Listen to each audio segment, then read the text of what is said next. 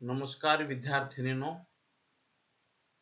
आपण घटक क्रमांक दुसरा प्राथमिक समूह याविषयी माहिती आपण पाहत आहोत. प्राथमिक समूह या घटकामध्ये आतापर्यंत आपण वेगवेगळ्या मुद्द्यावर आपण अभ्यास केलेला आहे. त्यामध्ये आपण पाहत असताना सामाजिक समूह म्हणजे काय याविषयी आपण माहिती पाहिलेली आहे. सामाजिक समूहाची व्याख्या विषय चर्चा आपण केलेली आहे. सामाजिक समूहाची वैशिष्ट्ये यावरही आपण चर्चा केलेली आहे.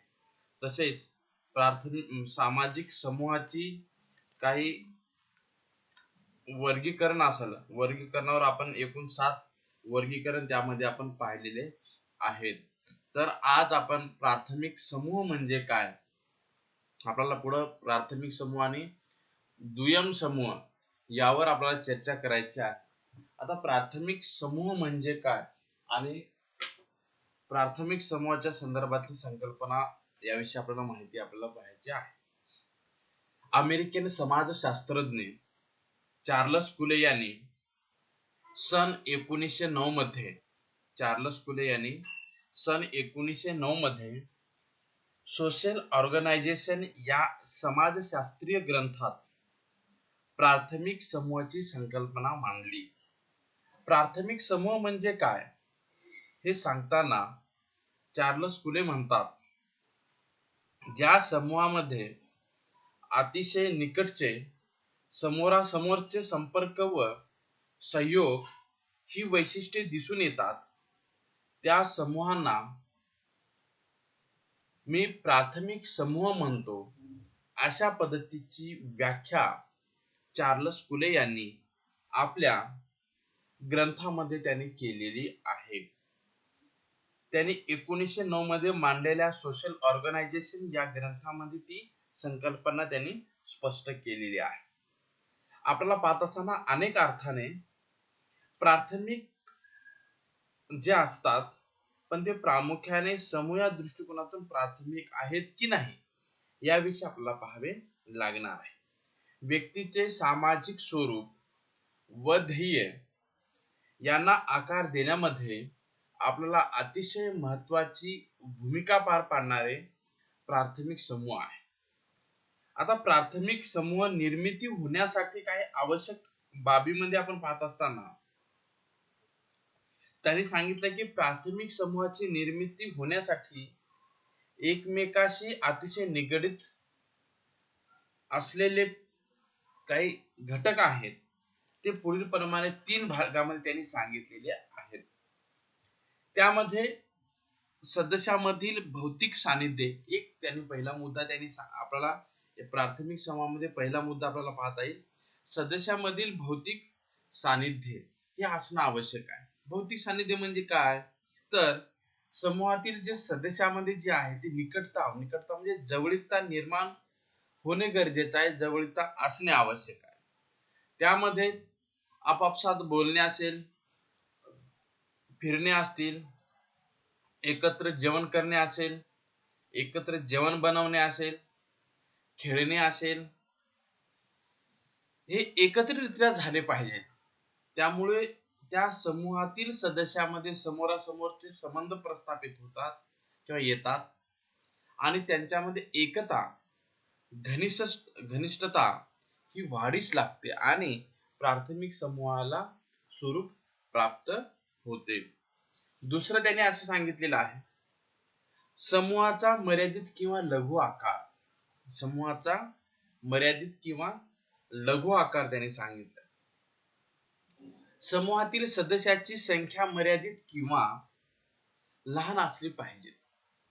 प्राथमिक समूह हा कधी होऊ शकतो, त्याच्यामध्ये कमीत कमी संख्या असणे. उदाहरणार्थ आपण कुटुंबाचा आपण घेऊ, 2 किंवा 2 पैकी जास्त 2 4 6 8 10 पर्यंत असू शकतात. आता अलीकडच्या काळामध्ये 10 संख्या सुद्धा असू शकत नाही.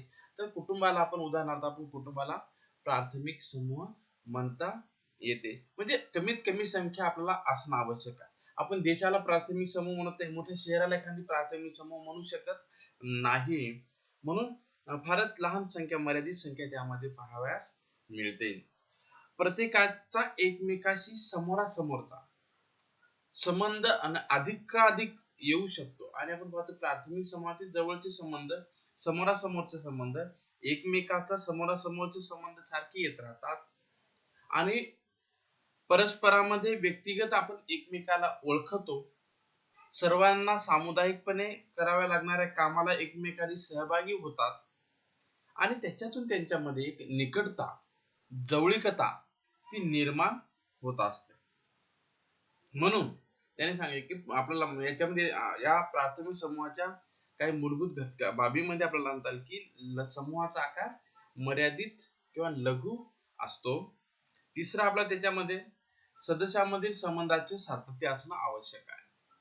असं नाही का एका दोन दिवसासाठी कामासाठी म्हणजे 2 दिवसासाठी एकत्र आलो आणि पुन्हा वेगळं झालो तर त्याला प्राथमिक समूह म्हणता येणार नाही. तर त्याच्यामध्ये सातत्य असणं आवश्यक आहे. केवळ समोरासमोरचे संबंध निर्माण झाले म्हणजे प्राथमिक समूह निर्माण झाला असं नाहीये. तर त्यामध्ये आपण पाहत असताना समोरासमोरचे संबंध येऊन समूहाला एक प्राथमिक स्वरूप येत नाही, तर त्यांच्यामध्ये दीर्घकाळ अधिकाधिक प्रमाणात जे संबंध आहेत ते संबंध प्रस्थापित झाले पाहिजे, एकत्र त्यांनी राहिले पाहिजेत, सातत्याने एकमेकाच्या संपर्कात असलं पाहिजे, तरच प्राथमिक समूह होऊ शकतो, अन्यथा होऊ शकत नाही. त्यांच्यात एक घनिष्ठता निर्माण होणं आवश्यक आहे. भावनिक संबंध अधिक दृढ होणं आवश्यक आहे.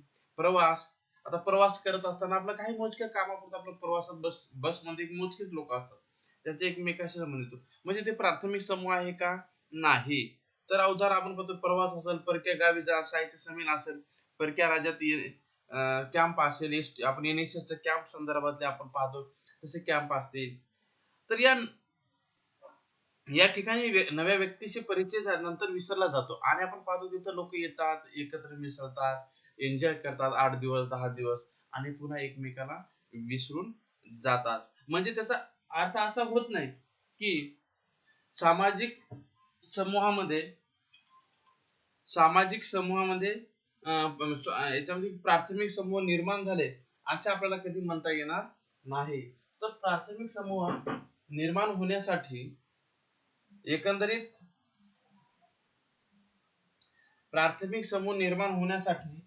आपल्याला घनिष्ठता असणं आवश्यक आहे आणि ही घनिष्ठता कायमस्वरूपी असणं आवश्यक आहे. काय 10 दिवस 8 दिवस याच्यासाठी ते चालत नाही. म्हणून प्राथमिक समूहामध्ये पाहत असताना त्यांनी 3 गोष्टी त्याच्यामध्ये समावेश केलेला आहे. ते म्हणजे सदस्यांमधील भौतिक सानिध्य, दुसरं समूहाचा मर्यादित किंवा लघु आकार आणि तिसरा आहे सदस्यांमधील संबंधाचे सातत्य. अशा 3 गोष्टीच्या माध्यमातून प्राथमिक समूहाची निर्मिती होऊ शकते. ह्या बाबी मूलभूत बाबी सांगितलेल्या आहेत. त्यानंतर आपल्याला पाहायचं आहे ते म्हणजे प्राथमिक समूहाची वैशिष्ट्ये. तर प्राथमिक समूहामध्ये कोणकोणत्या गोष्टी असतात याविषयी माहिती आपल्याला पाहायचं आहे. तर प्राथमिक समूहामध्ये पहिलं सांगलं की प्राथमिक समूहातील सदस्यांमध्ये समान उद्दिष्टे असतात. जे प्राथमिक समूहामधील सदस्य असतात त्यांचे उद्दिष्टे समान पाहावयास मिळते.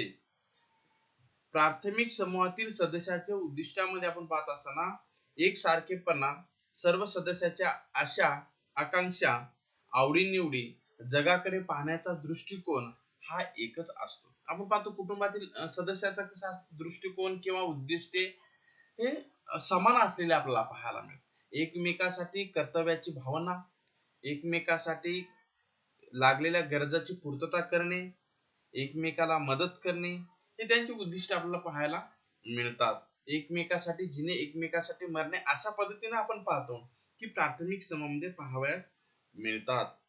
त्यामुळे त्यांचे समान उद्दिष्ट आपल्याला असले दिसून येतात. कुटुंबात 2 जिवलग मित्रात या गोष्टी आपल्याला प्रकर्षाने जाणवतात, दिसून येतात. या समूहातील सदस्यांमध्ये इतकी एकात्मता निर्माण झालेली असते की प्रत्येक जण एक दुसऱ्याच्या हिताची काळजी करत असतो. आपल्या कुटुंबातील आपले आई वडील आपल्या मुलांची, मुलं आई वडिलांची, अशा भाऊ बहिणीची, बहीण भावाची हे एकमेकाच आपण पाहतो, पती पत्नीची पती असं आपल्याला एकमेकांचा हित कसं आपल्याला पाहता येईल या दृष्टीने विचार केला जातो. म्हणजे इथं आपल्याला पाहत असताना त्यांच्यामध्ये जी उद्दिष्टे आहेत ती उद्दिष्टे समान स्वरूपाची असलेली पाहावयास मिळतात.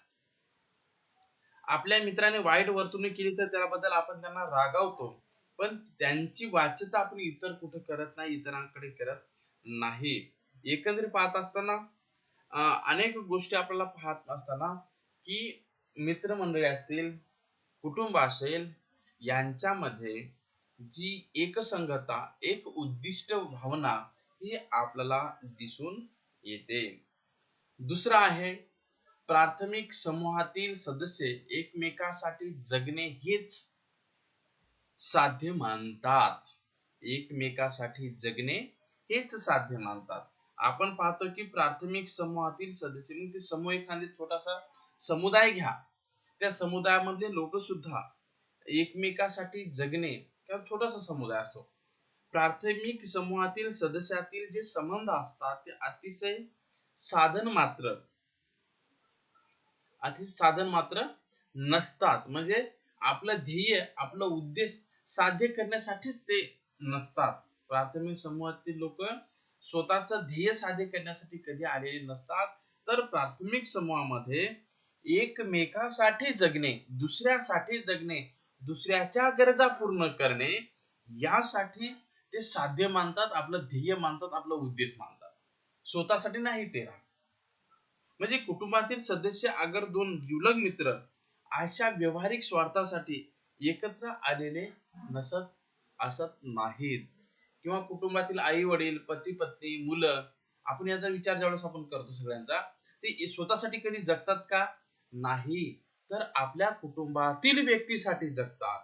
कुटुंबातील व्यक्तीच जे काही गरज आहे ती गरज पूर्ण करण्यासाठी जगतात. त्यांना आवश्यक असणाऱ्या गरजांची पूर्तता करण्यासाठी जगतात. म्हणून आपल्याला पाहायला मिळते, प्राथमिक समूहातील सदस्य हे एकमेकांसाठीच जगणे हेच आमचं ध्येय आहे किंवा साध्य आहे असे मानतात. तिसरं आहे, प्राथमिक सदस्यांचे स्थान व्यक्तिगत स्वरूपाचे असते. प्राथमिक समूहातील आपण सदस्य काय व्यक्तिगत स्वरूपाचे असते. व्यक्तिगत म्हणजे कसं आहे, आता उदाहरणार्थ महाविद्यालयामध्ये घ्या, एखादी प्राध्यापक आहे, उदाहरणार्थ सोशियोलॉजीचा प्राध्यापक आहे, त्यांची बदली झाली तर त्यांच्या जागेवर दुसरा येऊ शकतो, म्हणजे एका जागा दुसरा भरून काढू शकतो. परंतु प्राथमिक समूहातील सदस्य हे कसे असतात, व्यक्तिगत स्वरूपाचे असतात.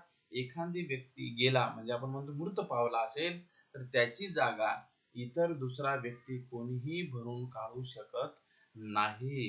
म्हणून प्राथमिक समूहातील स्थान कसे असतात, व्यक्तिगत स्वरूपाचे असतात. त्यामुळे प्रत्येकात सदस्यात व्यक्तिगत स्वरूप प्राप्त झालेले असते. ही स्थाने संबंध संक्रमीय असत नाही. संक्रमी म्हणजे एका जागा दुसरं घेऊ शकत नाहीत. म्हणजे एका मित्राची जागा दुसरा मित्र घेऊ शकत नाही. उदाहरणार्थ दुसरे एक आपलं उदाहरण सांगलंय, आपले वडील अडाणी आहेत, भोळसट आहेत, साधी सुद्धा आहेत, साधी वागणूक आहे,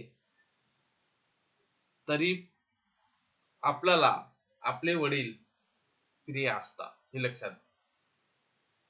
आणि दुसऱ्याचे वडील कितीही चांगले असतील तर आपल्या वडिलांपेक्षा दुसऱ्याचे वडील आपल्याला आवडतील का? आवडणार नाहीत. आपल्या वडिलांची जागा दुसरा व्यक्ती खाली घेऊ शकेल का? नाही घेऊ शकत. अनेक आईला आपला मुलगा किती वेडाबेंद्रा असला तरी तो स्वतःला आपला मुलगा हा राजबिंडाच वाटतो. म्हणजे आपल्या मुलाविषयी जी दुसऱ्याचा मुलगा हा परक्याचा मुलगा म्हणून परके भावनेने पाहते, आपल्या मुलाकडे राजबिंडाप्रमाणे पाहतात. ही भावना आपल्याला पाहायला मिळते. म्हणजे व्यक्तिगत स्वरूपाचं स्थान इथं आपल्याला पाहायला मिळते, त्याची जागा दुसरं कोणी घेऊ शकत नाही. चौथा आहे, प्राथमिक समूहाचे स्वरूप समावेशक असलेलं पाहायला मिळते. म्हणजे एकंदरीत पाहत असताना प्राथमिक समूहातील सदस्यांचे एकमेकांसाठी भावनिक संबंध निर्माण झालेले असतात.